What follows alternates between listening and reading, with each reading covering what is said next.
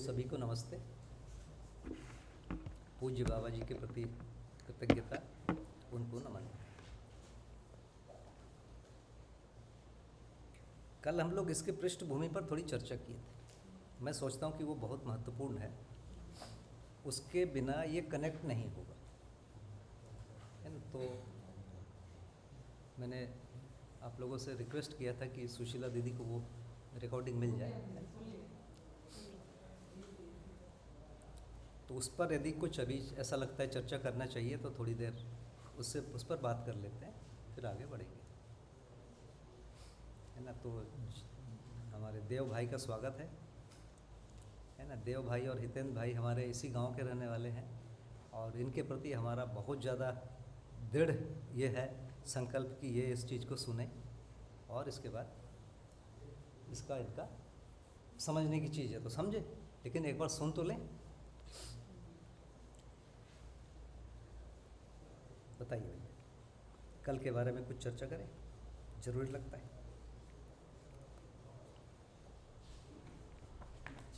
इच्छा कर्म और फल का जो संतुलन जो है वो कैसे होगा, क्या है? इच्छा कर्म फल,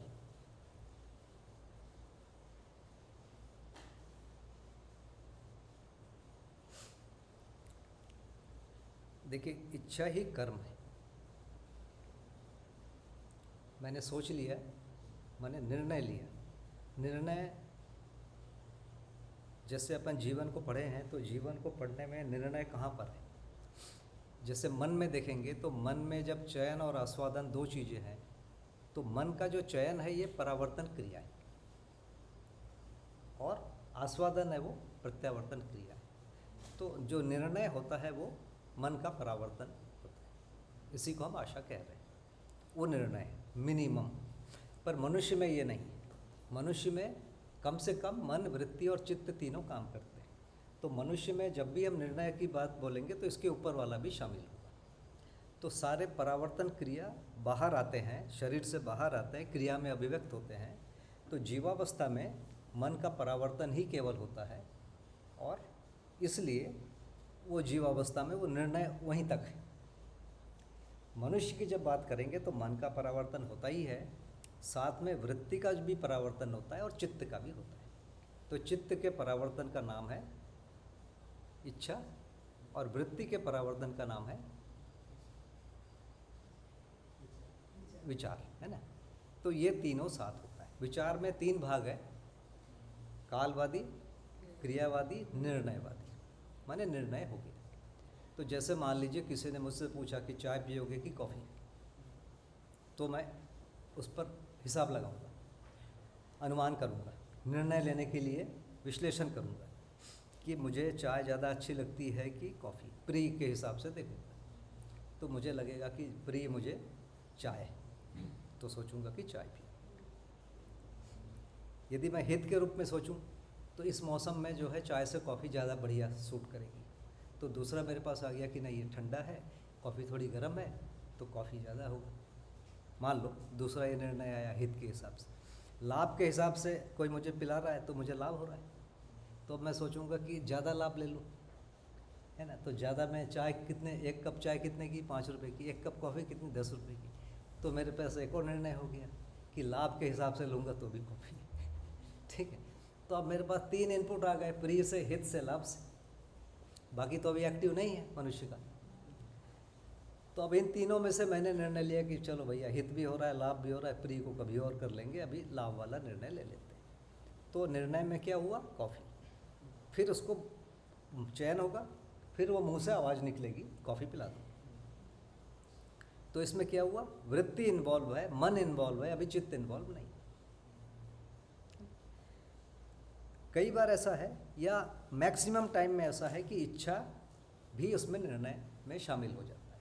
इच्छा के हिसाब से फिर निर्णय होता है। जैसे मेरे को ताजमहल बनाना है, या मेरे को एक कार लेना है, या मेरे को रायपुर में एक बंगला लेना है, ये इच्छा हुई। अब इस इच्छा को कैसे पूरा करूं वो सब सोचूंगा, सोचने के बाद फिर निर्णय होगा, फिर उसके बाद चयन होगा। तो जहाँ यदि इच्छा हो गया तो अपने आप में वो कर्म स्टार्ट हो गया। कई बार सुना है मैंने, आप एक गाड़ी में आए, ये स्कूटी में आए, ये कार में आए, कोई एरोप्लेन में आया। मैंने सबको देखा, लेकिन मेरी इच्छा नहीं हुई एरोप्लेन लेने की या कार लेने की या स्कूटी लेने की। मेरी साइकिल बढ़िया है, ऐसा मैं मानता हूँ। तो अभी इच्छा नहीं हुई, भले ही चित्रण पूरे हुए। चित्रण में एक होता है रिकॉर्ड करना, पूरा चित्र ग्रहण हो गया, जो जो मेरे सामने आया चित्र ग्रहण हो गया, लेकिन मेरी वैसी इच्छा नहीं हो रही कि मैं लूँ। जैसे इच्छा क्या होती, बार बार मेरे में ऐसा आता है कि मैं अपनी माँ से मिल लूँ। बार बार माँ का चित्र आता है, माँ के साथ बैठा हूँ, मेरे भाई बहन सब दिखते हैं, तो मैं कहता हूँ कि बहुत इच्छा हो रही है माँ से मिलूँ। तो इच्छा क्या है, चित्र बनना। यदि बार बार दिखेगा कि ये एरोप्लेन मेरी है, मैं उसको चालू किया, मैं उसमें उड़ के गया, या वो कार मेरी है, तो क्या कहूँगा, मेरी इच्छा हो रही है कि कार ले लूँ या एरोप्लेन ले लूँ। तो अभी इच्छा नहीं हुई। तो दोनों चीज़ें होती है। एक बार यदि इच्छा हो गई तो उसके हिसाब से विचार बनने लगते। तो क्या मनुष्य की एक ही इच्छा होती? नहीं, मनुष्य की 50 सैकड़ों इच्छाएं होती। उन सारी इच्छाओं को पूरा करने के लिए विचार चलते रहते हैं। उन विचारों में जब जब निर्णय हो जाता है, वो निर्णय फिर चयन तक जाता है। कई बार निर्णय हो ही नहीं पाता है। जैसे मैंने सोच के रखा है कि एक ताजमहल बनाऊंगा, लेकिन ताजमहल के लिए पैसा कहाँ से आएगा अभी मेरा कंफर्म नहीं। पैसा आ गया तो फिर वो कौन है जो आदमी, उसको एक ठेकेदार चाहिए ना, जो सारे मटेरियल को लाए बना ले। अभी वो भी तय नहीं। तो क्या अभी वो निर्णय की जगह पे नहीं है, अभी विचाराधीन है। तो विश्लेषण चल रहा है, इच्छा है, लेकिन अभी विश्लेषण नहीं हुआ। कुछ कुछ का हो गया, जिन चीज़ों का उसका मैं निर्णय ले लेता हूँ और फिर आगे उसको क्रिया में करता हूँ। तो इच्छा हुई माने हमारा कर्म स्टार्ट हो गया। कौन सा कर्म? अभी विचारों के स्तर पर। जैसे विचार के स्तर पर निर्णय हो जाएगा, उसके बाद फिर चयन शुरू होगा, फिर भौतिक रूप में दिखेगा। भौतिक रूप में दिखने के लिए चयन बहुत आवश्यक है। अब जैसे हमको पता है कि किस इच्छा का क्या फल है। जैसे मैं सोचता हूँ कि मोदी जी को, भारत के प्रधानमंत्री को मैं ज्ञान दूंगा, मान लो मेरी इच्छा होगी, तो पहले तो होगा कि भाई उनसे मिलूंगा तब तो ज्ञान दूंगा। तो मेरे को वो लिंक ढूंढना पड़ेगा जो उनके साथ मिलाए, बैठाए। तो पहला स्टेप क्या है, कौन है, मैं ढूंढूंगा, फिर कौन वहाँ मिलाएगा, फिर बैठाएगा, और वो हमको सुनने के लिए तैयार हो। वो तो सबको सुनाते हैं। तो ऐसा एक लिंक चाहिए जो उनके मन में ये दे दे कि भैया उससे सुन लो, कुछ पुण्य होगा, कुछ देश आगे बढ़ेगा, कुछ तो बोलना पड़ेगा। तो इस ढंग से निर्णय होता है। तो इच्छा हुआ माने हमारा कर्म स्टार्ट हो गया। ठीक है, कर्म कहाँ है? विचारों के अभी स्तर पर चल ही रहा है, कुछ जो है व्यवहार में आ गया है। तो इच्छा और कर्म एक है। किस इच्छा का क्या फल होगा, ये हमको अभी कुछ चीज़ें हम समझ गए, है ना। जैसे मैं रोज़ लड़ाई झगड़ा करूँगा, 2-4 लोगों को मारूँगा, मैंने वो इच्छा कर ली, उसका क्या फल होगा? मेरे दुश्मन बढ़ेंगे, वो दुश्मन धीरे धीरे मेरे को मारने पीटने की योजना बनाएंगे, मेरे विरोधी बढ़ेंगे, उसका एक फल ही है। दूसरा, मैं कोई अच्छा काम करूँगा, बच्चों को पढ़ाऊँगा, मान लो मैं निर्णय लेता हूँ, बच्चों को पढ़ाने का क्या फल होगा? बच्चे खुश होंगे, उनके माता पिता खुश होंगे, चारों तरफ मेरे बारे में अच्छा सोचने वाले लोग होंगे। कई लोग मेरे इस काम में भी मदद करेंगे, कोई लोग, मैं कोई मतलब व्यक्तिगत रूप से कोई संकट में पड़ूंगा तो उसमें भी कुछ लोग मदद करेंगे। तो ये एक अलग प्रकार का रास्ता है। तो हर इच्छा का क्या फल है हमको समझ में आना चाहिए। जो क्रियापूर्णता बोल रहे हैं वो यही है, किस इच्छा का, किस क्रिया का क्या फल है हमको पता हो, इसी का नाम समाधान है। ठीक, तो सारी इच्छाओं के फल हमको पता है, कुछ के पता है, कुछ का नहीं पता। जैसे अभी कोई सोच रहा है कि मैथ्स लूँ कि बायो लूँ, कॉलेज पहुंच जाता है तो वो क्या लूँ सोचता है। क्यों? उसके पास लिमिटेड जानकारी, उस जानकारी से वो निर्णय लेता है। तो उस समय क्या करते हैं, आजकल सारे स्कूल वाले काउंसलिंग कराते हैं, लोग आके बताते हैं कि भाई ये ले लोगे तो ये स्कोप है, ये लोगे तो ये स्कोप है, ये लोगे तो ये स्कोप है। तो एक प्रकार का फल को बताने की प्रक्रिया। तो पूरा जो अध्ययन माने क्या है, किस क्रिया का क्या फल होगा उसको समझना है। दूसरा, मान लो मैंने कोई गलत इच्छा कर लिया है, उसका गलत फल है, तो उसको अभी मैं पहले ही रोक लूँ, बदल लूँ। सही वाला यदि कर नहीं पाया हूँ तो सही वाली इच्छा करूँ। इच्छा के हमने 3 भेद देखे। मान लो तीव्र इच्छा होना है तो क्या प्रक्रिया है, जहाँ पर वो लोग काम कर रहे हैं वहाँ पर खड़े हो जाएं, कुछ दिनों के बाद हमारे अंदर वो इच्छाएं होने लगी। हमारे पास कारण इच्छा बना, उन लोगों के साथ बैठा, उनके साथ उस प्रकार की बातचीत, उस प्रकार का कार्य, उस प्रकार का अभ्यास हुआ तो हम कर लिए। तो ये कारण इच्छा तीव्र इच्छा में बदल जाए, उसके लिए काम करेंगे। ठीक। कारण इच्छा माने किसी कारण से वो इच्छा बनती है। जैसे आप बहुत अच्छा चित्र बनाते हो, आपको देख के मुझे लगता है कि यार चित्र बनाना इतना सरल है क्या, मैं भी बना लूँगा। तो मेरे अंदर वो इच्छा बन गई। क्यों बनी? आपके कारण। इसका नाम है कारण इच्छा। ठीक।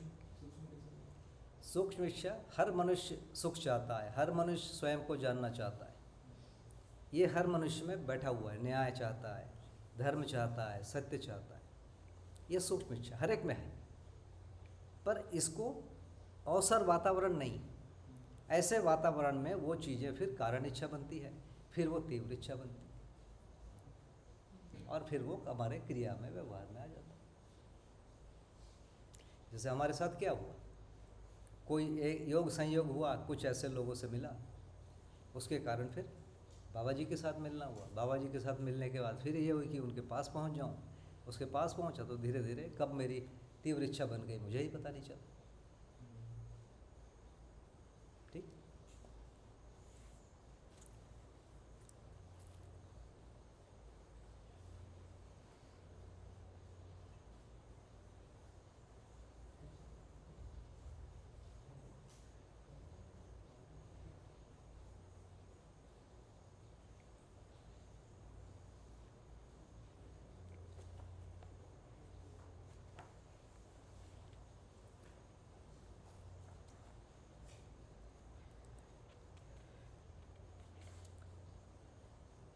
आगे बढ़ सके 4 के आगे।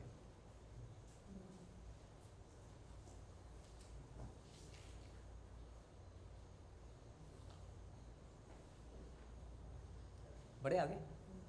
तो सुशीला दीदी आप ही स्टार्ट करिए, पेज नंबर 5 से।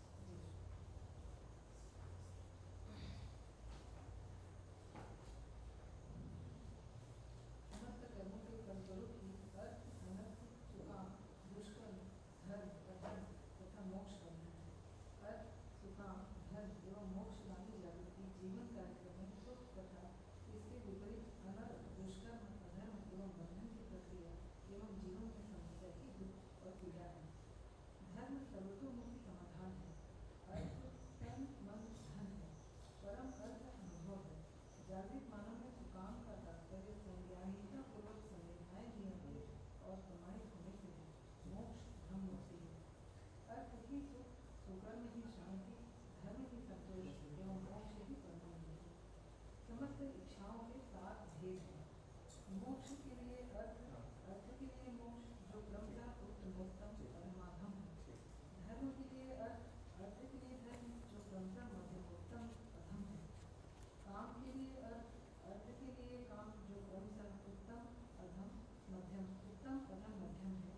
एवं अर्थ के लिए अर्थ जो मध्यम है। इच्छा भेद से अन्वेषण, अन्वेषण भेद से गम्यता, गम्यता भेद से अनुभव, अनुभव भेद से मूल्य, मूल्य भेद से सामाजिकता एवं सार्वभौम व्यवस्था है। 3 प्रकार की अन्वेषण प्रवृत्तियां मानव में पाई जाती हैं। पहला सत्यान्वेषण, दूसरा ईश्वरान्वेषण, तीसरा विषयान्वेषण। विषयान्वेषण प्रवृत्तियां जीवों में भी दृष्टव्य हैं, वे तो मानव में ही हैं, इसलिए विषयान्वेषण प्रवृत्तियां अपराध से मुक्त नहीं हैं। विषयों से अनासक्ति ही विराग है, जो विकारों से मुक्ति है। इच्छाओं से अनासक्ति ही पर वैराग्य है, जो सद्वैता की स्वीकृति एवं निर्वाह है। विषयान्वेषण प्रवृत्ति स्वार्थ में, ईश्वरान्वेषण परार्थ में व सत्यान्वेषण परमार्थ में क्रियाशील है। स्वार्थपूर्ण व्यवहार अधम और असामाजिक, परार्थपूर्ण व्यवहार मध्यमोत्तम और सामाजिक, परमार्थपूर्ण व्यवहार उत्तम, सामाजिक एवं मनोव्यवहार ही सर्वस्व मानसिकता है। लक्ष्य मूलक, मूल्य मूलक व रुचि मूलक प्रवृत्तियां पुनः पाए जाते हैं। मानव में बुद्धि मूलक एवं रुचि मूलक योगों से सुकर्म दुष्कर्म देने गतिविधियां प्रसिद्ध हैं। जी दीदी, थोड़ा सा रुकते हैं, ये नया टॉपिक शुरू हो रहा है। बताइए इस पर क्या चर्चा करें।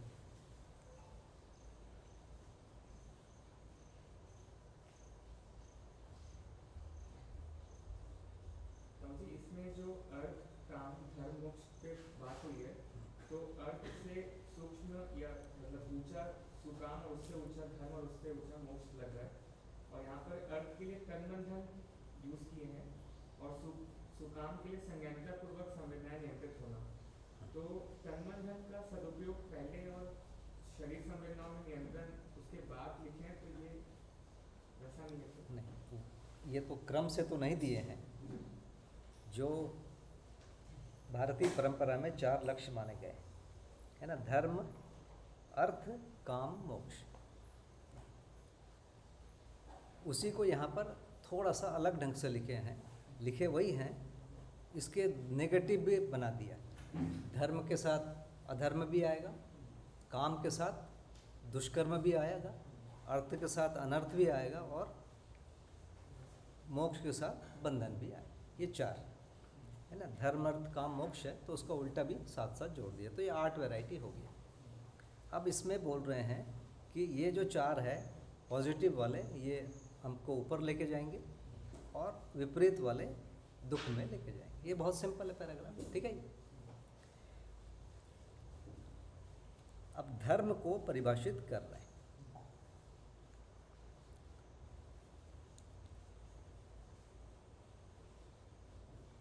ये वाली चीज़ नया है, जो परंपरा में डायरेक्ट इस ढंग से नहीं कहे हैं कि जागृत मानव में सुकाम का तात्पर्य संज्ञानीयता पूर्वक संवेदनाएं नियंत्रित और प्रमाणित होने से, मोक्ष ब्रह्म मुक्ति, ये दोनों लाइन जो है ये धर्म सर्वतोमुखी समाधान है। धर्म क्या है? भारतीय परंपरा में धर्म किसको मानते हैं? उन्होंने सबके लिए अलग अलग धर्म बताए। पूरी दुनिया को उन्होंने 4 भागों में बांट दिया और उसमें भी 4-4 और टुकड़े किए। जैसे 4 वर्ण बनाए, 4 वर्ण का अलग अलग धर्म है। इसके बाद 4 आश्रम बनाए, एक ही वर्ण में 4-4 आश्रम है। ब्रह्मचर्य है, गृहस्थ है, वानप्रस्थ है, मोक्ष। तो एक में तो इस प्रकार से लक्ष्य बहुत सारे हो गए, धर्म बहुत सारे हो गए।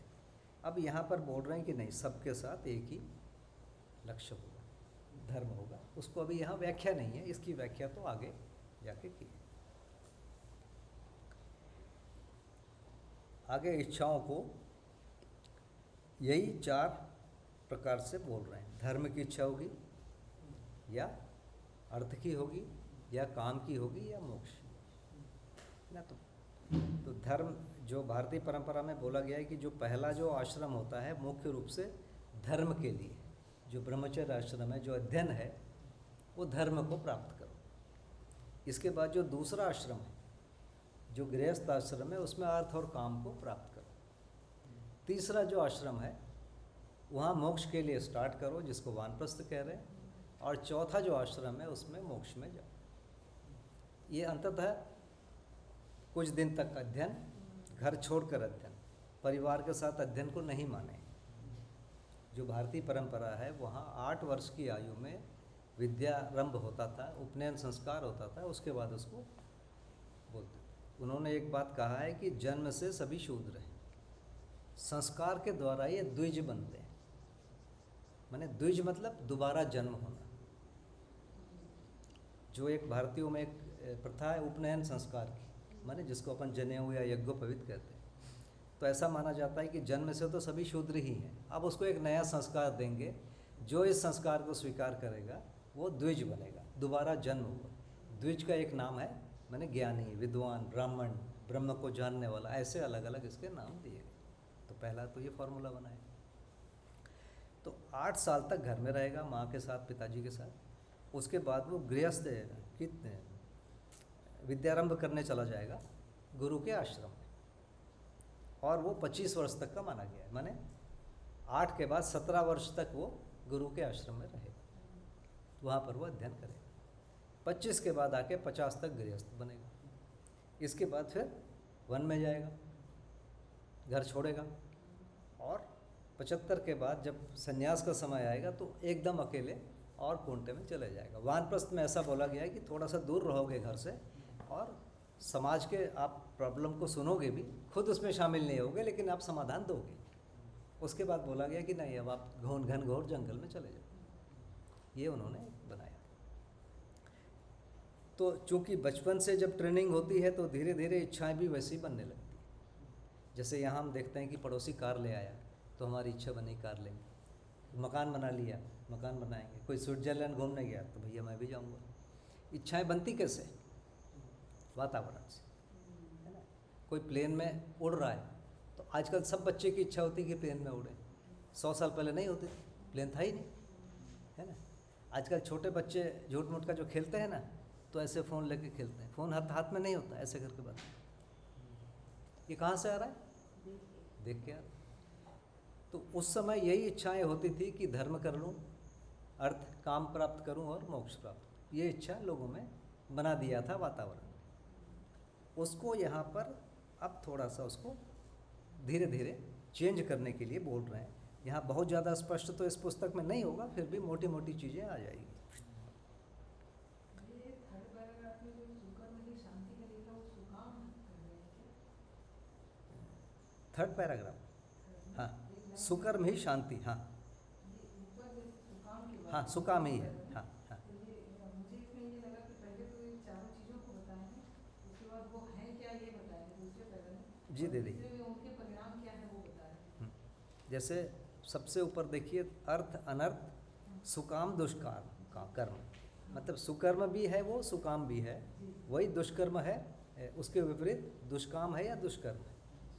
तो सुकाम और सुकर्म को एक ही अर्थ में लिखा है। तो इसी में लिखा है, देखिए ना, वो सारी चीज़ों को धीरे धीरे कर रहे हैं कि सुख शांति संतोष आनंद, ये चारों इसमें आ गया है ना।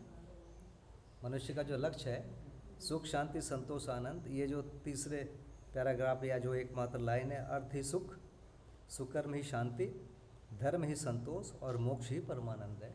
तो जिसको मानव लक्ष्य बोलते हैं, सुख शांति संतोष आनंद, ये इसमें दिख रहा है ना। और उसको और दूसरे प्रकार से देखेंगे तो समाधान समृद्धि अभय सहस्तित्व भी दिख रहा है इसमें। आगे ये 7 वैरायटी लिखा हुआ है मोक्ष के लिए। अर्थ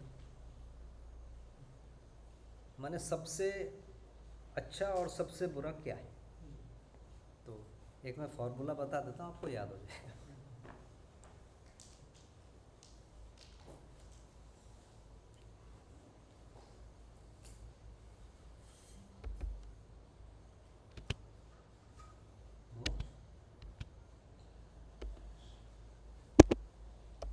ये इच्छा आवश्यकता से भी बनती है क्या?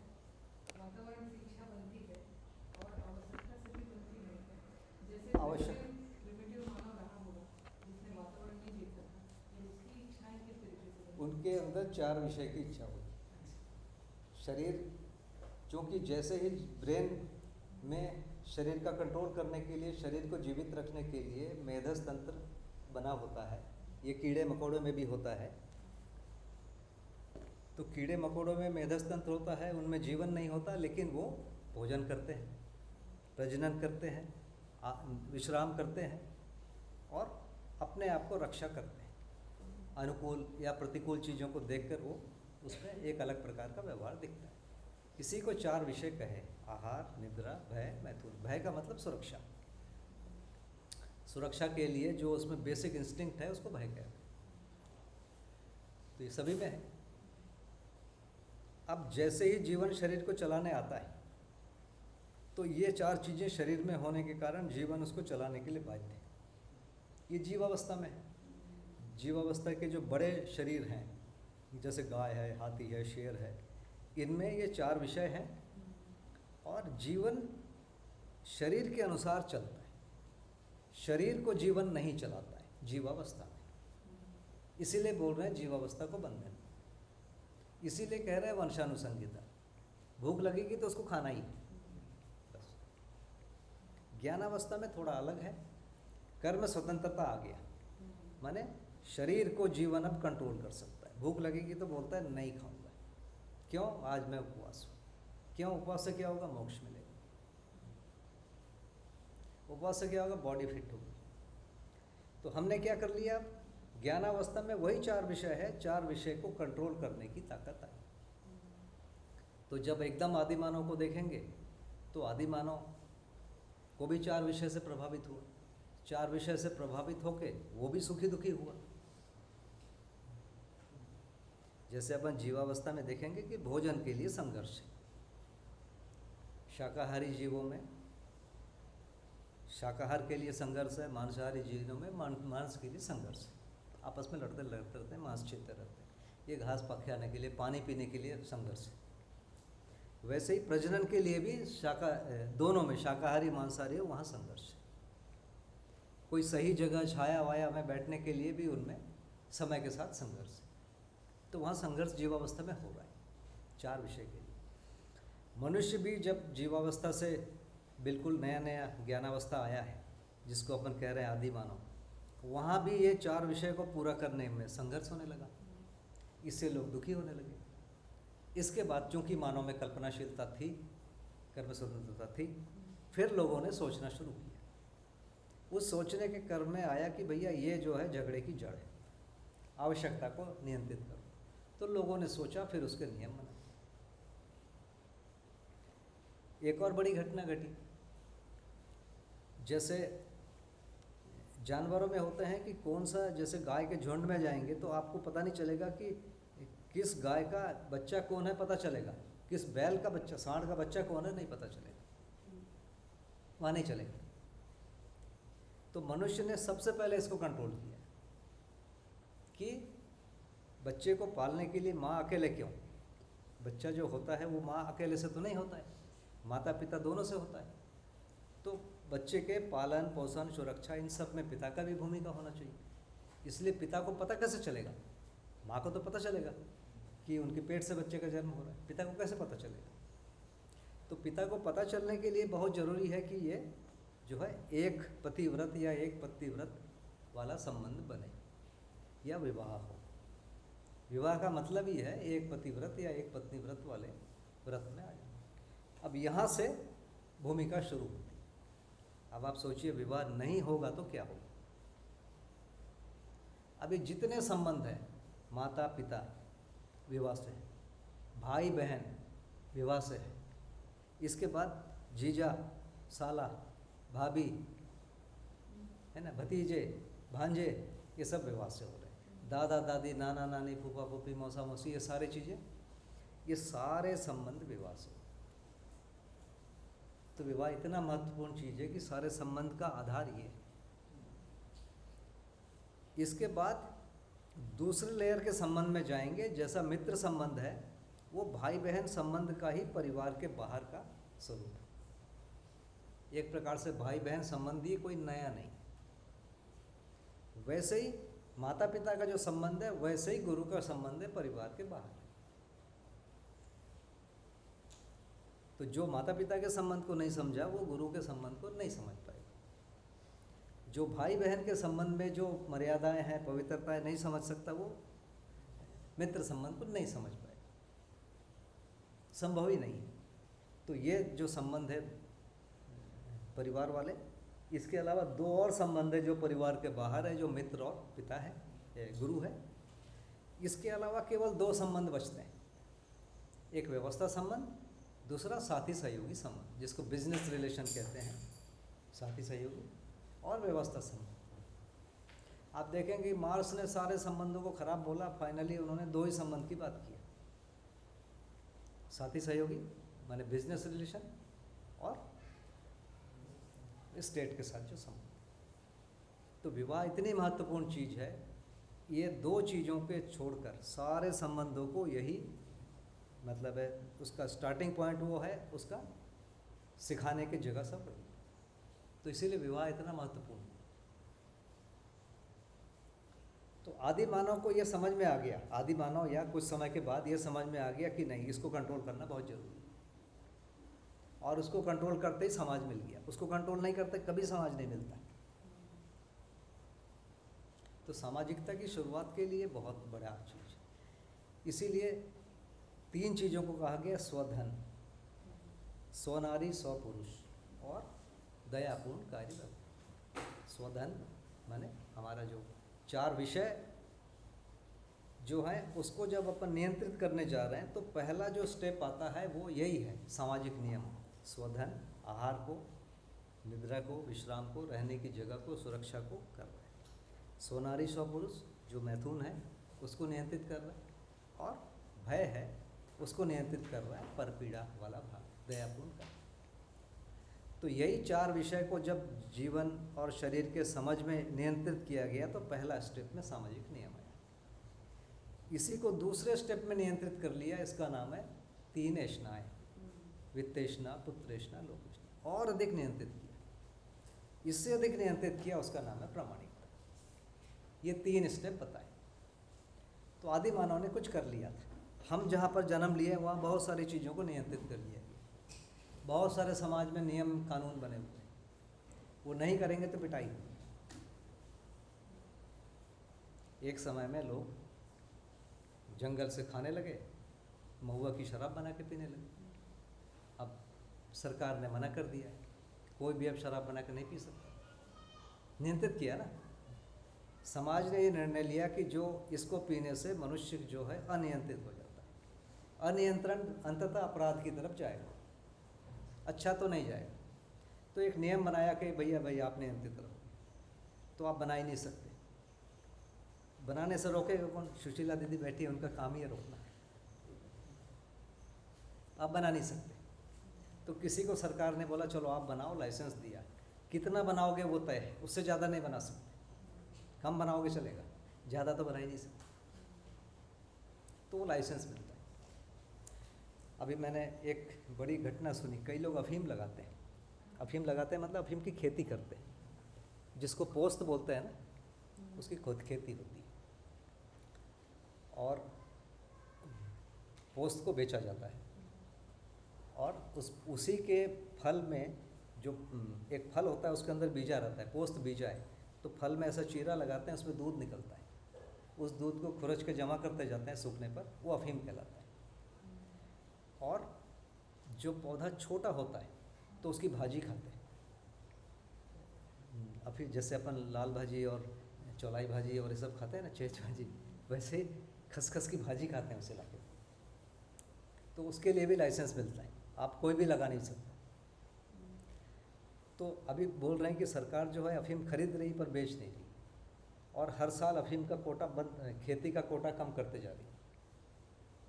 लोगों को बोला जा रहा है कि भाई अगले साल कोटा कम होगा तो तुम्हारा कम कर देंगे इतना %। तो धीरे धीरे सरकार इसको बहुत धीरे धीरे बंद कर रही। अफीम जमा है, बेच नहीं रही। अफीम दवाइयों में एक बहुत बड़ा फैक्टर, जो पेन किलर बनते हैं वो सबसे लास्ट स्टेज के पेन किलर इसी से बनते हैं, और आयुर्वेद में भी बहुत सारी दवाइयाँ उससे बनती हैं। तो इसको नियंत्रित करने का सरकार ने सोचा, नियम कानून बनाने शुरू किए। तो जो परपीड़ा है, परपीड़ा से बचने के लिए सरकार ने बहुत सारे नियम बनाए, मतलब समाज ने बनाए। तो ये हमको बहुत सारे नियम पता चलते हैं, क्यों बने? इसके मूल में जाएंगे तो स्वधन, स्वनारी, स्वपुरुष, दयापूर्ण कार्य में जीने से सुखी होते हैं, इसके विपरीत जीने से दुखी होते हैं।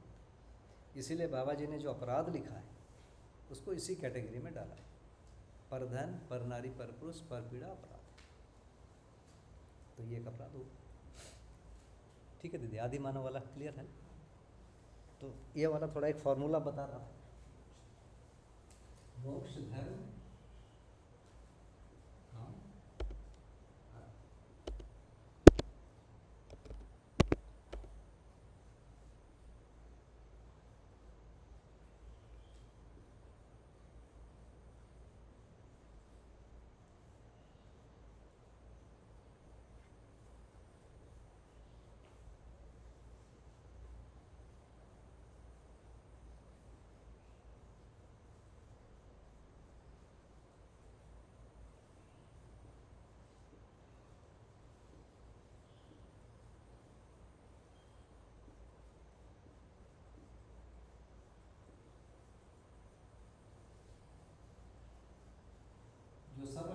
व्यक्ति है वो नंबर 1 है ना, उत्तमोत्तम।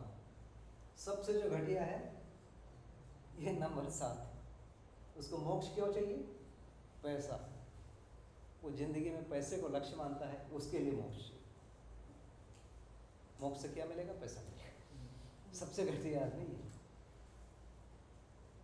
ये नंबर 2 है। अर्थ क्यों चाहिए?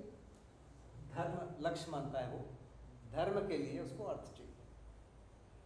और नंबर 2 घटिया जो है वो धर्म क्यों चाहिए?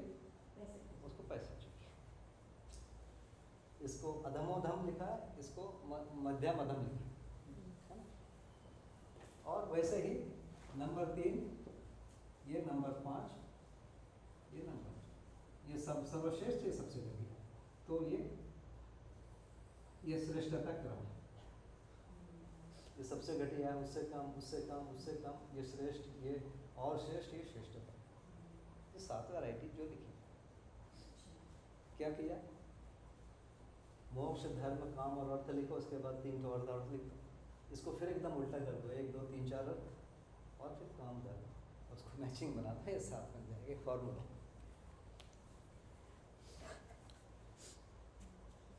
हाँ, याद करने के लिए। हालांकि नीचे वाले 3 की जरूरत नहीं है।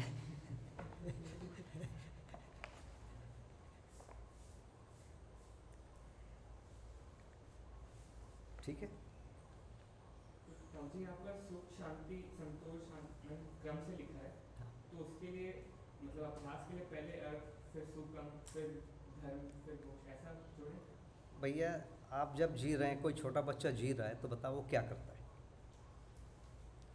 जैसे दूर हुआ, वो खाना भी खा रही है, व्यवहार भी कर रही है, बात भी कर रही है, कौन सी चीज़ उससे नहीं हो रही? एक साथ चारों जोड़ा है भैया। पहला बाद में जमता ही नहीं। अभी उसको पैसा कमाने नहीं बोल रहे हैं, लेकिन दुरुपयोग से रोक रहे हैं।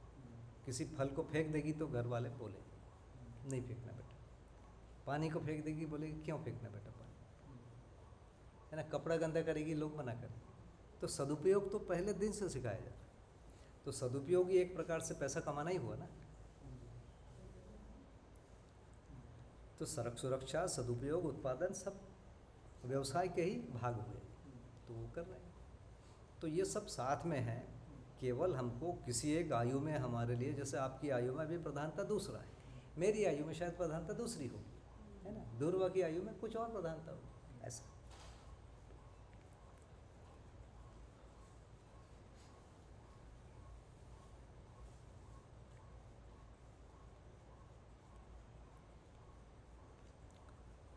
सत्यान्वेषण, ऐषणान्वेषण, विषयान्वेषण। तो सबसे खराब विषयान्वेषण है ना। 4 विषय में जो जीता है उससे श्रेष्ठ है जो ऐषणा का करता है, और सबसे श्रेष्ठ है जो सत्य का खोज करता है।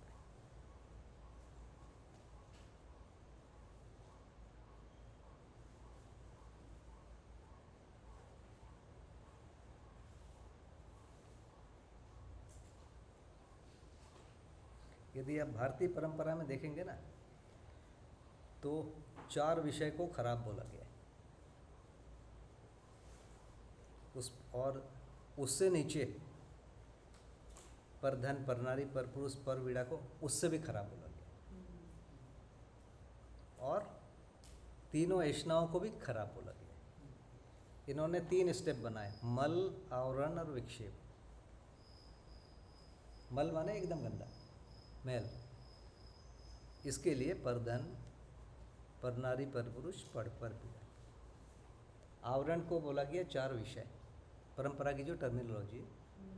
और विक्षेप माने लक्ष्य से भटक जाना, डेविएशन, इसको बोला गया 3 ऐषणाएं। तो भारतीय परंपराओं में ऐषणाओं को खराब बोला जा रहा है, भटकाव बोला जा रहा है। मध्यस्थ दर्शन में ऐषणा को अनिवार्य बोला गया है। वो कहते हैं कि ऐषणा को छोड़ने से ही आपको मोक्ष मिलेगा। यहाँ क्या बोल रहे हैं? ऐषणा को पूरा करने के बाद ही आप प्रामाणिकता की तरफ जाओ। तो सबसे पहले 4 विषय को छोड़ो, है पर धन, पर नारी, पर पुरुष, पर पीड़ा को छोड़ो। स्वधन स्वनारी स्वपुरुष दयापूर्ण कार्य में आ गए, इसको सामाजिक नियम कह रहे हैं। इसके बाद 3 ऐषणा में आ गए, वही 4 विषयों का और सूक्ष्म नियंत्रण हो गया। उसके बाद प्रामाणिकता में आ गए और नियंत्रण। तो ये यहाँ पर परंपरा से भिन्नता है।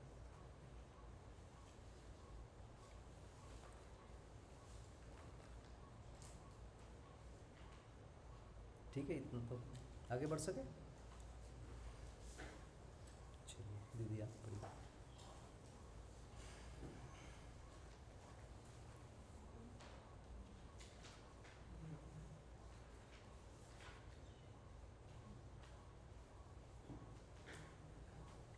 आशा आकृति मेधा योगजन्य बुद्धि प्राप्त योगजन्य बुद्धि मति सुमति अनुमति सुकर्म जन्म बुद्धि अमति कुमति दुर्मति दुष्कर्म जन्य प्रवृत्ति के प्रत्यक्ष रूप हैं।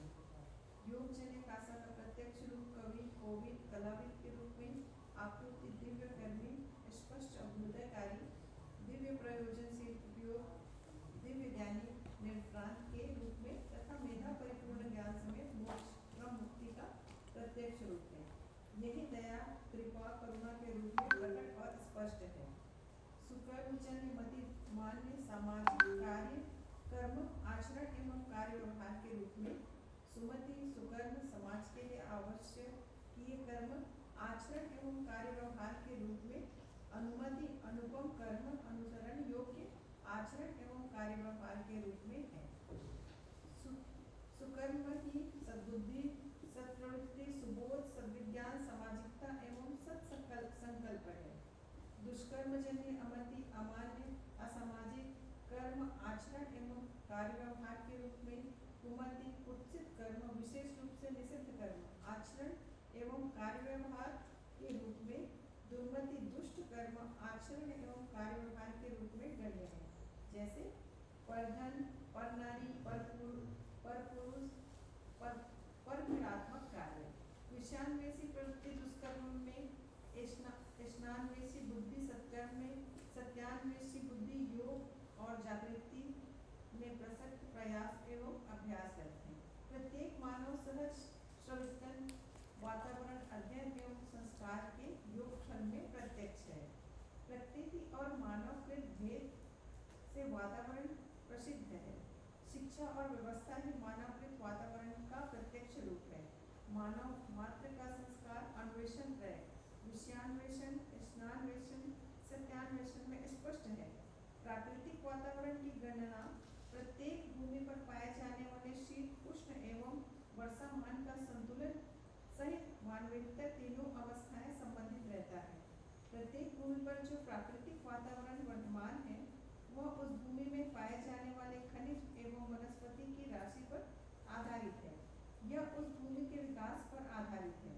किसी भी भूमि पर ज्ञानावस्था के मानव की अवस्थिति घटना के पूर्व जीव व वनस्पतियों का समृद्ध होना अनिवार्य है।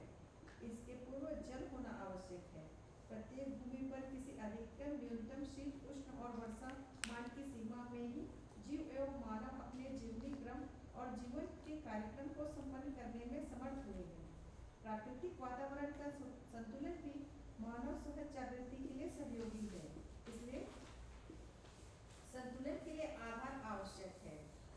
अशेष प्रकृति का संतुलनाधार सत्ता ही है जो पूर्ण है। प्रत्येक क्रिया के संतुलन का आधार नियम है जो पूर्ण है।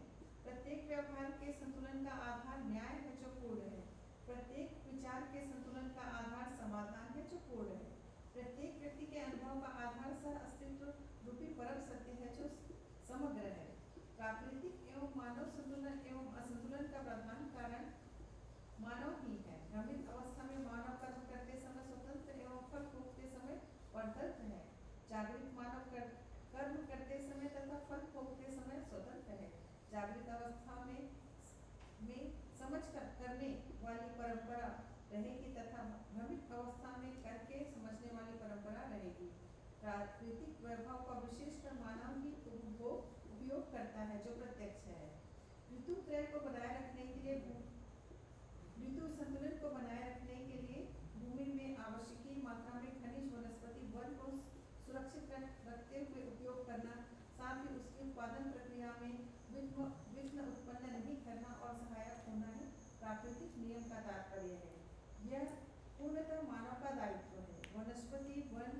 एवं खनिज जिसकी उत्पत्ति की संभावना एवं क्रम स्पष्ट है, उनका उन्हीं के अनुपात में उपभोग करना उचित है, अन्यथा प्राकृतिक दुर्घटनाओं से ग्रसित होना स्वाभाविक है। शिक्षा और व्यवस्था ही सामूहिक सामाजिक संतुलन को बनाए रखने का एकमात्र उपाय है।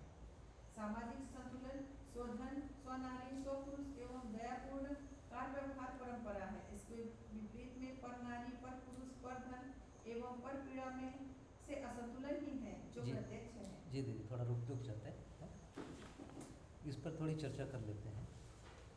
ये वाला इसी जगह आया है, हर जगह ये आया नहीं।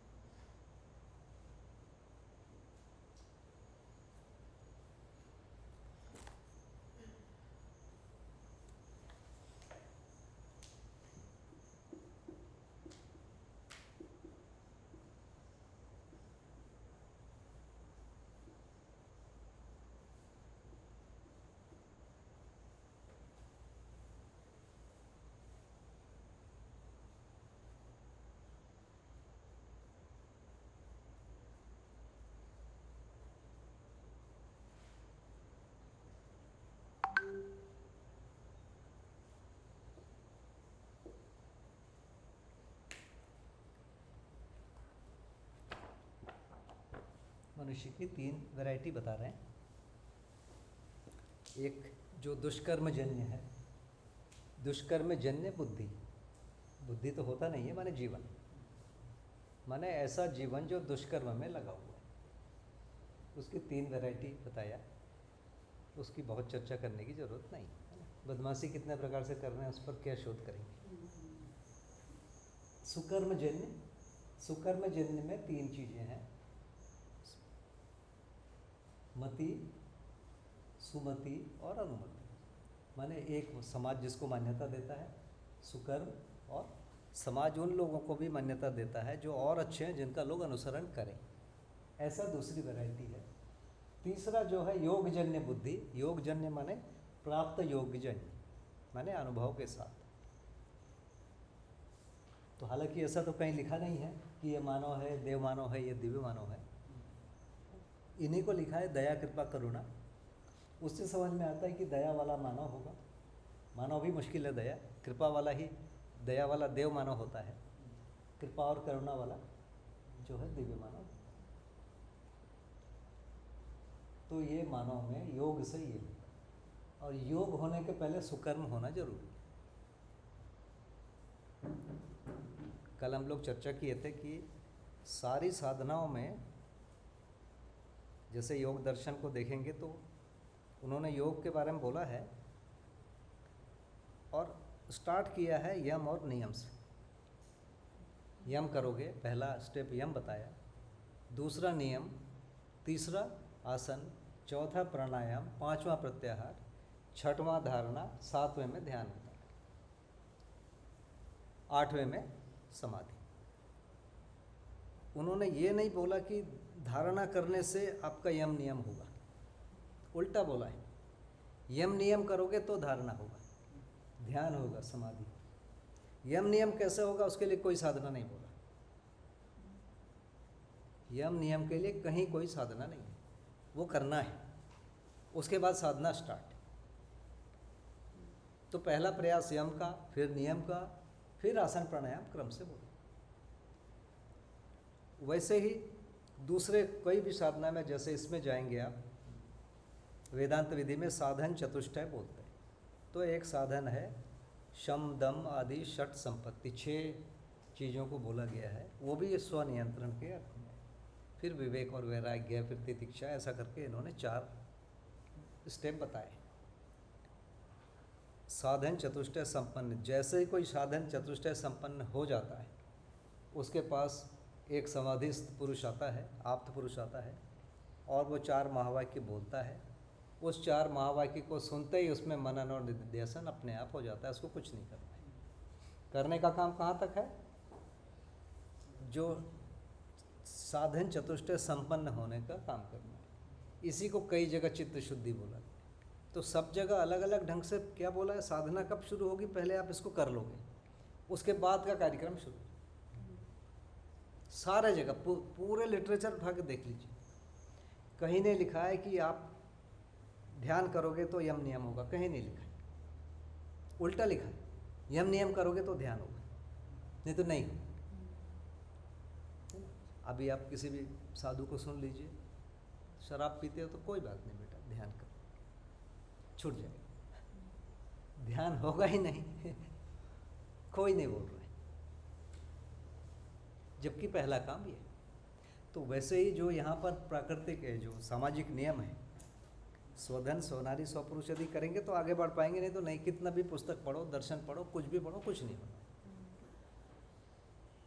ठीक है, ये सारे साधनाओं का जो प्रारंभिक स्टेप ये सब है।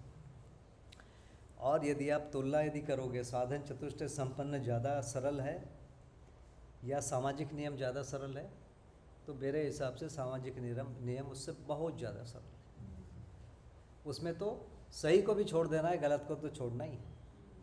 उसमें माने साधन चतुष्टय संपन्न हो, यम नियम में। ठीक है, तो ये इसमें तीसरा वाला सुकर्म जन्य में जो अनुमति है अनुसरण करने योग्य, और मानव में फिर क्या अंतर है? नहीं, मानव पद तो योगजन्य से हुआ, यदि उसको अपन मैपिंग करेंगे, क्योंकि मानव, देव मानव, दिव्य मानव तीनों अनुभव के बाद है। अनुभव को क्या कह रहे हैं? प्राप्त योग, उसमें लिख दिए योगजन्य, आगे प्राप्त योग लिखा हुआ है। प्राप्त योग की जन्य माने अनुभव होने के बाद ये सब चीज़ें होंगी। उसके पहले क्या होगी? उसके पहले का स्टेप है सुकर्मजन्य, फिर हमको अच्छे कर्म करना पड़ेगा। तो अच्छे कर्म करने के लिए किसी का अनुसरण भी करना पड़ता है, और उस प्रकार के जो लोग अनुसरण करते हैं उन कर्मों को किया जाए। तो पहले वाले स्टेप को मति, सुमति और अनुमति को बोलेंगे, तो मति तो आएगा जो अल्प जागृत का उच्च अवस्था आ जाएगा। अल्प जागृत का जो उच्च अवस्था है ये आ जाएगा मति, और सुमति और अनुमति ये आएंगे अर्ध जागृत में। तो क्या आचरण में सिमिलर दिखेगा ही, बस अनुभव नहीं? हाँ, तो अर्ध जागृत में साक्षात्कार जहाँ से शुरू है तो वो सुकर्म और अनुमति वाला हो जाएगा। इस ढंग से इसको लिखिए। यहाँ वैसे डायरेक्टली तो लिखा नहीं है, यदि हम उससे मैपिंग करने जाएं तो ऐसा हो।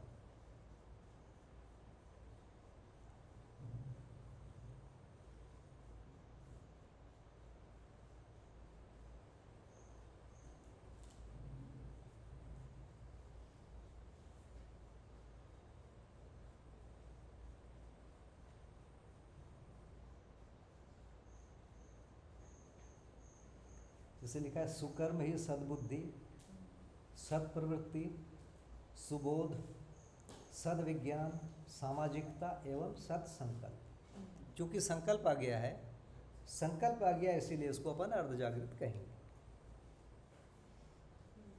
बिना संकल्प के अर्ध जागृति नहीं। ठीक है ये।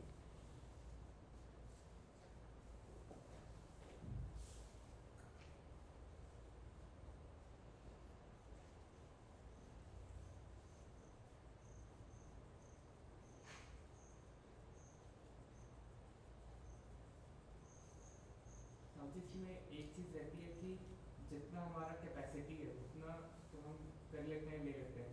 एक समय के बाद उसको और डेवलप करना होता है, पात्रता विकसित करने वाला। तो उसमें मतलब नई चीज़ों, मतलब और कुछ नया बढ़ाना होता है कि उसी को लंबे समय तक करने से वो पात्रता बढ़ती है? उसी को लंबे समय तक करने पर बढ़ता है पात्रता। क्या लंबे समय तक करने से होता क्या है? देखिए, आपके वातावरण से वो लोग चले जाते हैं दूर जो उसको पसंद नहीं करते, जो अमानवीयता के जो समर्थक हैं, आकांक्षी हैं, वो लोग धीरे धीरे हटने लगते हैं। उसकी जगह कौन भरता है? मानवीयता के समर्थन वाले, और हम भी वैसे लोग को ढूंढते हैं, तो धीरे धीरे अच्छे वाले भी हमसे जुड़ जाते हैं। तो एक वातावरण बनता है जिसमें हमसे श्रेष्ठ लोग हैं जिनका हम अनुकरण करते हैं, कुछ लोग हमारा भी करेंगे, तो एक ऐसा वातावरण बन जाता है, वहाँ पर गलती की संभावना धीरे धीरे कम होने लगती है। अमानवीय वातावरण में गलती की संभावना ही ज़्यादा है ना, तो ये उसकी पूरी विधि है। अभी हम लोग क्या सोचते हैं कि हिंदी आती है बेटा, इंग्लिश भी सीख, इंग्लिश सीख, इंग्लिश भी, फ्रेंच भी सीख। हम सोचते हैं ये प्रतिभा का विकास हुआ, इसमें जीवन में कोई विकास वैसा नहीं हुआ। फ्रेंच का जो मूर्ख है वो भी फ्रेंच बोलता है ना। इंग्लैंड के जो गधे हैं वो भी अंग्रेजी समझते हैं, है ना। हम लोग गाय को बुलाते हैं आओ तो गाय आती, जाओ तो गाय चली जाती, वैसे वहाँ का गाय भी गधा भी अंग्रेजी समझता है, कोई बड़ी चीज़ नहीं है।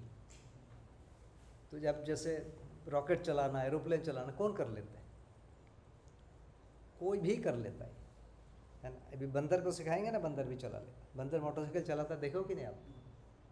बंदर और भालू को मैंने मोटरसाइकिल चलाते देखा है सर्कस में, सिखाया वो चला लिया। तो ये हम अभी तक क्या मान रहे हैं, ये कोई बड़ी चीज़, जबकि ये बड़ी चीज़ नहीं। इसका मतलब ये नहीं कि आप नहीं सीखो, ऐसा कह रहा हूँ, ऐसा नहीं कह रहा हूँ। ये स्किल है और ज्ञान और स्किल दोनों अलग है। दोनों अलग है। तो स्किल जिस समाज में रहोगे उस लेवल का स्किल चाहिए, है ना, चाहिए ही चाहिए। जैसे यहाँ आपको छत्तीसगढ़ी या हिंदी नहीं आती तो आप नहीं चल पाओगे, तो सीखना ही पड़ेगा, है ना। कहीं पर पंजाबी चलती तो पंजाबी आना पड़ेगा, कहीं तेलुगु चलता है तो तेलुगु आना पड़ेगा, तो सीख भी जाते हैं। ऐसा कोई एक आदमी ऐसा नहीं है आंध्र प्रदेश में जिससे तेलुगु नहीं बनता है, या यहाँ एक भी ऐसा नहीं जिसको छत्तीसगढ़ी नहीं बनती, एक भी नहीं। इतना धारा प्रवाह नहीं बोलता, कविता कहानी नहीं सुना पाता, लेकिन बोल लेता है। ऐसा एक भी आदमी नहीं जो चल नहीं पा रहा है। दौड़ में चैंपियन नहीं, 100 मीटर गोल्ड नहीं लाया कोई ओलंपिक वाला, लेकिन सब चल लेते हैं, मौका पड़ने पर दौड़ लेते हैं। अब बीमार हैं, पैर हाथ टूटा है, उनकी बात छोड़ दे रहे हैं। तो ये सबसे बन रहा है, तो मिनिमम तो सबसे बन ही रहा है, केवल हम यहाँ से और ज़्यादा प्रतिभा के पीछे दौड़ रहे हैं। प्रतिभा की तरफ दौड़ रहे हैं, बहुत अच्छी बात है, उसमें कोई खराबी नहीं, लेकिन जो व्यक्तित्व वाला भाग है वो छूट रहा है।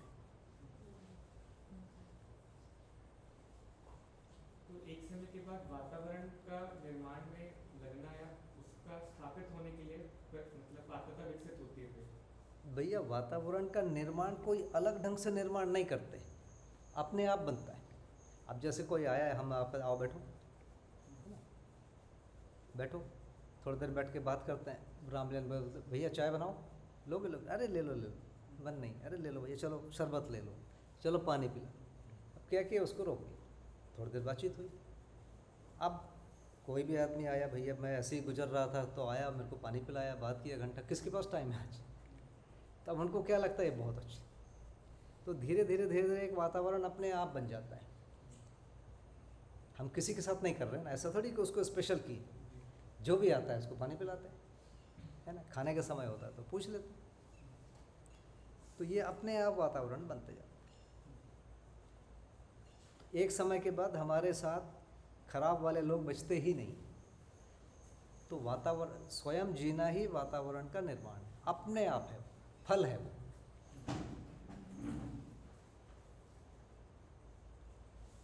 देखो मनुष्य रहेगा, व्यवहार करेगा ना, तो जैसे ही वो व्यवहार करेगा उसका रिटर्न शुरू होगा। तो एक उसका रिटर्न यही है कि वातावरण बनना। ठीक।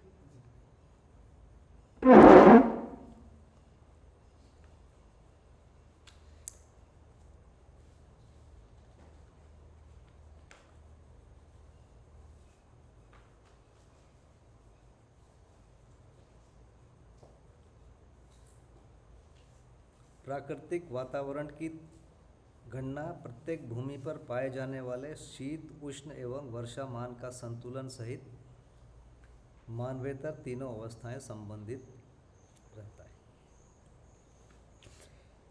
इसको यदि दूसरी भाषा में बोलेंगे तो पदार्थावस्था का जो भी संरचना है उसके हिसाब से पानी और हवा है। जैसे हिमालय है वो ठंडा है, यदि ज़मीन ऊंची हो गई तो ठंडक होगी। ऐसा मोटा मोटा एक अनुमान है कि हर 40 मीटर में 1 डिग्री सेंटीग्रेड तापमान घट जाता है। बहुत मोटा एक रफ आइडिया है। तो अब इस जगह को 300 मीटर मानते हैं। ये जो जगह है समुद्र तल से 300 मीटर ऊंचा है ना। आप अमरकंटक में जाएंगे वो लगभग 1000 मीटर ऊंचा है, माने 700 मीटर ऊंचा होगा। तो वहाँ 10, 12, 13 डिग्री सेंटीग्रेड टेम्परेचर कम रहे। और ऊपर चले जाएंगे हर 40 मीटर में मोटा मोटा एक फार्मूला है ये, उससे कम होगा तो होगी। वैसे ही नीचे जाएंगे तो टेम्परेचर बढ़ेगा। तो पहाड़ ठंडा होता है, समुद्र के किनारे भी ठंडा होता है, वहाँ थोड़ा नमी ज़्यादा होता है। दिन और रात में मौसम में बहुत अंतर हो जाता है। रात के समय समुद्र से हवाएं चलने लगती, तो ठंडी हवा आती, पानी पहले ठंडा हो जाता उल्टा होता है। है। उल्टा समुद्र के किनारे रहते हैं ना, वहाँ पे टेम्परेचर और डेविएशन कम होता है, और जितनी समुद्र से दूरी होगी उतना डेविएशन होता है। हाँ, नहीं, दिन और रात के जो हवा है, जैसे जैसे सूरज डूबता है ना, लैंड बहुत जल्दी ठंडा हो जाता है और पानी गर्म रहता है। तो पहले क्या होता है, लैंड से पानी की तरफ हवा चलती है, एक समय में पानी ठंडा होने लगता है, फिर पानी से लैंड की तरफ ठंडी हवाएं चलने लगती है, ये होता है। तो ये रोज़ सुबह और शाम हवा बदलती है ना। और समुद्र के किनारे ह्यूमिडिटी ज़्यादा रहती है। तो मोटा मोटा जो हम लोग को बचपन में पढ़ाया गया है, समुद्र से जितना दूर होगा उतना गर्म होगा, समुद्र से जितना ऊंचा होगा उतना ठंडा होगा। ये दोनों चीज़ों का एक अनुपात बनाया है। तो पदार्थावस्था के जो संरचना है उससे ठंडी गर्मी आए, बरसात आई। इन दोनों के योगफल में फिर प्राणावस्था है। जैसे सबसे अधिक आप पेड़ पौधे देखेंगे पहाड़ों में, वो भी पहाड़ों के ढाल में, तो पहाड़ों में ज़्यादा पानी गिर रहा है, प्राणावस्था। उन प्राणावस्था के अनुसार उसको खाने वाले लोग होंगे, माने जीवावस्था होगी। अब हिमालय में देखो बर्फ़ गिरती है, तो वहाँ पर एक विशेष प्रकार का गाय जैसा एक जानवर रहता है, उसको याक बोलते हैं, होता है। रेगिस्तान में ऊँट होता है। ऐसे अलग अलग जगह अलग अलग प्रकार के जानवर होते हैं। पदार्थावस्था, प्राणावस्था और जीवावस्था के योगफल में मानव का रहने का ढंग तय होता है। यहाँ गाय का दूध पीते हैं, कहीं भैंस का दूध पीते हैं, कहीं घोड़े का दूध पीते हैं, कहीं बकरी का दूध पीते हैं, कहीं याक का दूध पीते हैं। उन्होंने बना लिया। तो जो कपड़े वगैरह सब है, हम इससे अपना जो जीने का स्टाइल है वो इस आधार पर होता है। तो इसको ऋतु संतुलन हर जगह का अलग अलग होगा। यहाँ का ऋतु संतुलन अलग होगा, भुवनेश्वर का अलग होगा, दिल्ली का अलग होगा, हिमालय का अलग होगा। ऐसे हर जगह का एक होता है। तो वहाँ पर जीने की शैली जो है मानव को तय करना पड़ता है, बाकी लगभग तय है, तीनों अवस्थाओं का तय है। और प्राकृतिक नियम, पहला जो हो रहा है उसमें विघ्न पैदा नहीं करो, जंगल है, पानी है, बने रहे। दूसरा, हमको जो चाहिए उसमें आवश्यकता ज़्यादा है तो उसको उत्पादन कर लो। जैसे हमको बांस चाहिए ज़्यादा तो बांस लगा लो, लकड़ी चाहिए लकड़ी लगा लो, धान चाहिए तो धान लगा लो। तो आवश्यकता के हिसाब से आप उत्पादन कर लो। तो आवश्यकता से उसको अपव्यय नहीं करना, उसको बनाए रखना, और ज़्यादा ज़रूरत है तो उसके लिए और कोई प्रयास करके उगा लेना। ये तीन विधि है सामाजिक नियम का, प्राकृतिक नियम का। जैसे बरसात एक ही बार होती है, इस इलाके में बरसात जो है पूरे भारत में मानसून से वर्षा होती है। तो कई जगह 3 महीने, कई जगह 4 महीने, कई जगह 2 महीने, कई जगह 1 महीने बरसात होती है। अब 1 महीने में अब साल भर पानी आएगा कहाँ से? उस पानी को तो रोकना पड़ेगा ना। तो पानी को रोकने की एक विधि, तालाब बना के रोक लिए तो पानी रोकना पड़ेगा। जितना छोटा आप उतना ज़्यादा कंट्रोल कर सकते हो, है ना। डैमेज उतना कम है, जितना बड़ा उतना संकट है, उतना भयंकर खतरा है, टूटेगा तो उतना ज़्यादा नुकसान। इस पूरे इलाके में आप देखेंगे कि हर गांव में बहुत सारे तालाब थे, 2-2, 4-4, 6-6 तालाब थे। आज से 50 साल पहले सब लोग तालाब में नहाते थे। आप बंगाल में जाएंगे, हर घर का एक तालाब है, हर घर में एक तालाब। सुन के बड़ा आश्चर्य होता है, पर है। हर घर के पिछवाड़े में एक तालाब बना के रखते। वहाँ पानी भी यहाँ से थोड़ा ज़्यादा पानी, उसके बावजूद बना के रखते हैं। तो जहाँ जो होता है, पानी रोकना एक काम है, उसको पानी को मानव ने रोक लिया। उससे काम नहीं चला तो कुआं बनाया, उससे काम नहीं चला तो और गहरे में चला गया। जितना नीचे हम जा रहे हैं उतना ज़्यादा पानी कठोर होता जाता है, पाचन में भारी होता जाता है, उसमें पत्थर घुले रहते हैं, है ना। एक पानी का जो नापते हैं ना, TDS मानते हैं। T माने टोटल, D माने डिज़ोल्व, और S माने सॉलिड, पत्थर।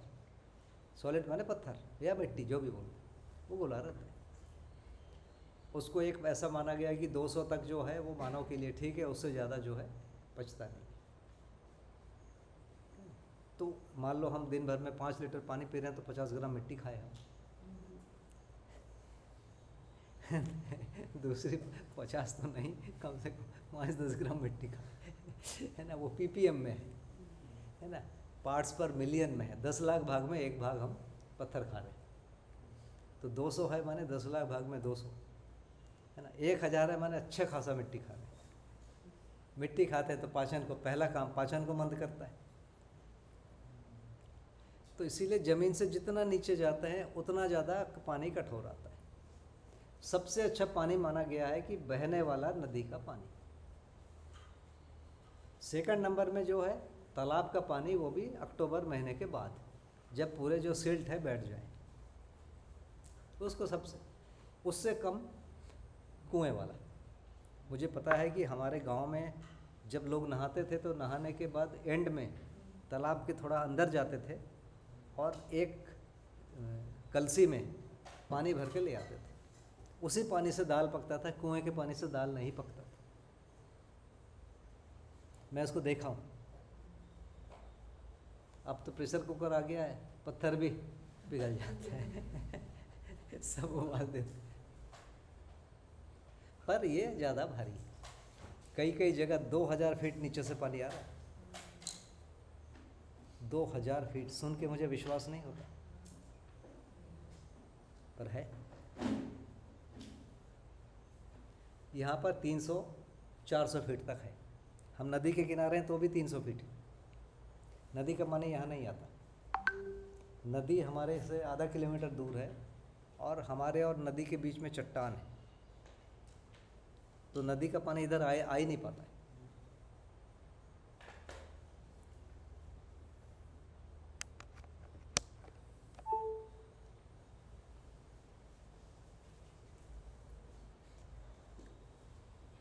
तो हम धरती की सतह पर जितना ज़्यादा जीते हैं उतना ज़्यादा प्रकृति के हम करीब हैं। जितना नीचे जाएंगे या जितना ऊपर जाएंगे उतना ज़्यादा उसमें परिवर्तन आएगा। तो धरती की सतह में जीने की कला बननी चाहिए। उसके लिए अभी विकास को माना गया धरती के नीचे वाला। नीचे से बोर से पानी ले लेंगे। अब देखो, पहले बोर से पानी लिए, फिर तकलीफ़ होने लगी तो लोगों ने बोला कि आरओ लगाओ। अब क्या चिल्ला रहे हैं, आरओ जो है अच्छे वाले मिनरल को भी चूस ले रहा है, आरओ बंद करो। अब फिर नया वाला आ गया, वो ज़्यादा महंगा है। वो लो,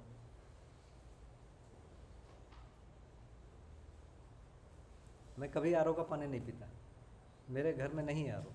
एक अम्बा दीदी ने दे दिया था, उस आरओ को किचन में दे दिया, पीना ही नहीं। शुरू में 2-4-6 महीना तकलीफ हुआ, फिर बॉडी सेट हो गई।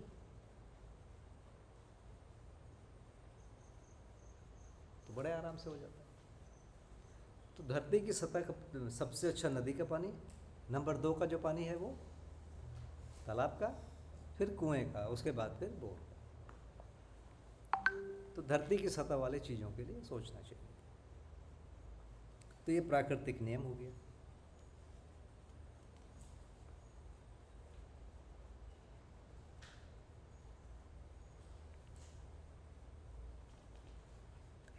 वर्तमान में उल्टा है इसमें, वर्तमान में भी उल्टा हो गया। नदी का पानी सबसे गंदा हुआ नहीं, हमने गंदा किया। हाँ, गंदा करने के बाद क्या है? हमने कर दिया, उसके बाद क्या है?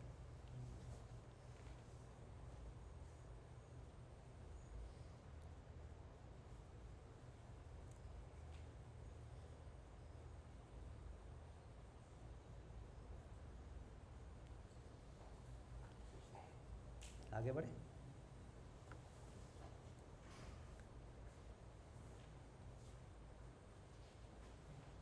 थोड़ा सा इसको वन और खनिज के बारे में बात कर लेते हैं थोड़ा सा। देखिए, खनिज माने क्या? खनिज माने खोद के जिस चीज़ को निकाला गया। ज का मतलब है जन्म लेने वाला, है ना। खनिज माने खन के जो जन्म लिया, खनिज जमीन से जो निकाला गया, उसको खनिज बोलते हैं। तो खनिज में एक बार निकाल लिए फिर वो खत्म हो गया, बनेगा नहीं। तो धरती जब बना तो धरती के नीचे अभी भी जाएंगे ना, नीचे जाएंगे तो पिघला हुआ चीज़ है। और पिघला माने भयंकर हाई टेम्परेचर। ऐसा नहीं कि 300 400 500 डिग्री, ऐसा नहीं है ना। सब पिघला हुआ है। लोहा वगैरह तो 1800 1500 डिग्री में पिघलता है, उससे भी ज़्यादा डिग्री है, अंदर सब लिक्विड है। और वहाँ पर चीज़ें पकते रहती है, और जब पक जाती है तो ज्वालामुखी के द्वारा वो धरती के ऊपर आ जाता है। अब जैसे तांबा है, ये क्या है? ये ज्वालामुखी से आया हुआ है। यदि आप पढ़ेंगे ना इसको, तो उसको अभी उसको इग्नियस कहते हैं, मतलब अग्नि से जो पक के बना हुआ है, ज्वालामुखी से आता है। तो ज्वालामुखी से जो भी चीज़ें धरती की सतह में आती है, जैसे लोहा है, आपको लोहा मिलेगा पहाड़ के रूप में, तो धरती की सतह से फूट के पहाड़ के रूप में जमा होगी। ऐसे चीज़ें पहाड़ के रूप में आती हैं। अब एक बार निकाल लिए, दोबारा फिर ख़त्म हो गया, कुछ कर ही नहीं सकते आप। फिर भी लोहा तो रिसाइकल हो रहा है, लोहा का बहुत बड़ा पार्ट रिसाइकल हो जाता है। जैसे यहाँ पर आप चुंबक को गिरा दोगे ना मुर्रुम में, तो चुंबक में छोटे छोटे पत्थर चिपक जाएंगे, देखा है आप लोगों ने? इसका मतलब क्या है? यहाँ लोहा अच्छी मात्रा में। लोहे के 2 प्रकार के ओर मिलते हैं, ये भी ओर है, मतलब खनिज है, लेकिन इसमें लोहा कम है, हम निकाल नहीं पा रहे हैं। अभी जो टेक्नोलॉजी है उसके हिसाब से ये महंगा है। जैसे दिल्ली राजरा में मिलता है, वहाँ पर लोहा है, उसको कहते हैं हेमेटाइट, उसका फॉर्मूला है Fe2O3। एक और वैरायटी मिलती है, उसको कहते हैं मैग्नेटाइट, वो चुंबकी पत्थर है, वो Fe3O4 है। तो वो उसमें लोहे का परसेंटेज और ज़्यादा है, तो उसको निकाल के हम करते हैं। तो ये सब धरती की सतह पर आ रहे हैं, और एक बार हम उपयोग करते हैं, धीरे धीरे उसका रीयूज़ कम होता जाता है। वैसे ही कोयला है, पेट्रोलियम है, ये जो चीज़ें हैं, एक बार यदि ख़त्म हो गई फिर दोबारा नहीं बनेगी। ये कैसे बने? पहले धरती में जंगल हुए, अब बड़े बड़े पेड़ हुए 100-100 मीटर वाले, फिर भूकंप से धरती ने उसको नीचे दबा दिया। तो दबाया तो हुआ क्या? जो वातावरण में कार्बन का जो कंसंट्रेशन था वो कम हुआ। उस कम का कंसंट्रेशन में दूसरे प्रकार के जीव जंतु पैदा हुए, फिर अंदर दबा दिया दोबारा भूकंप से, फिर और कार्बन कंसंट्रेशन कम हुआ, फिर और अच्छे वाले अधिक विकसित मेधस वाले जीव आए। ऐसा करते करते फाइनली मनुष्य आया। अब क्या कर रहे हैं हम? पूरे कोयले को बाहर कर रहे हैं, पेट्रोलियम को बाहर कर रहे हैं। ये सब वही है, कोयले प्राणावस्था से ही बना हुआ है। तो ये क्या होगा? धीरे धीरे उस प्रकार के जीवों को जीने में तकलीफ होगी और ये मर जाएंगे। तो खनिज माने जो रिसाइकल हो वही करना चाहिए। अभी हम जो खनिज कर रहे हैं कुछ भी चल नहीं रहा है, सब खत्म हुए जा रहे हैं। कुछ समय के बाद संकट होगा।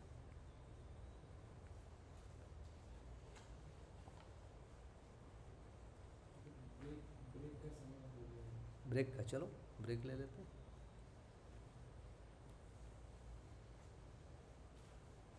कितने देर का ब्रेक है? 10 मिनट। 10 मिनट।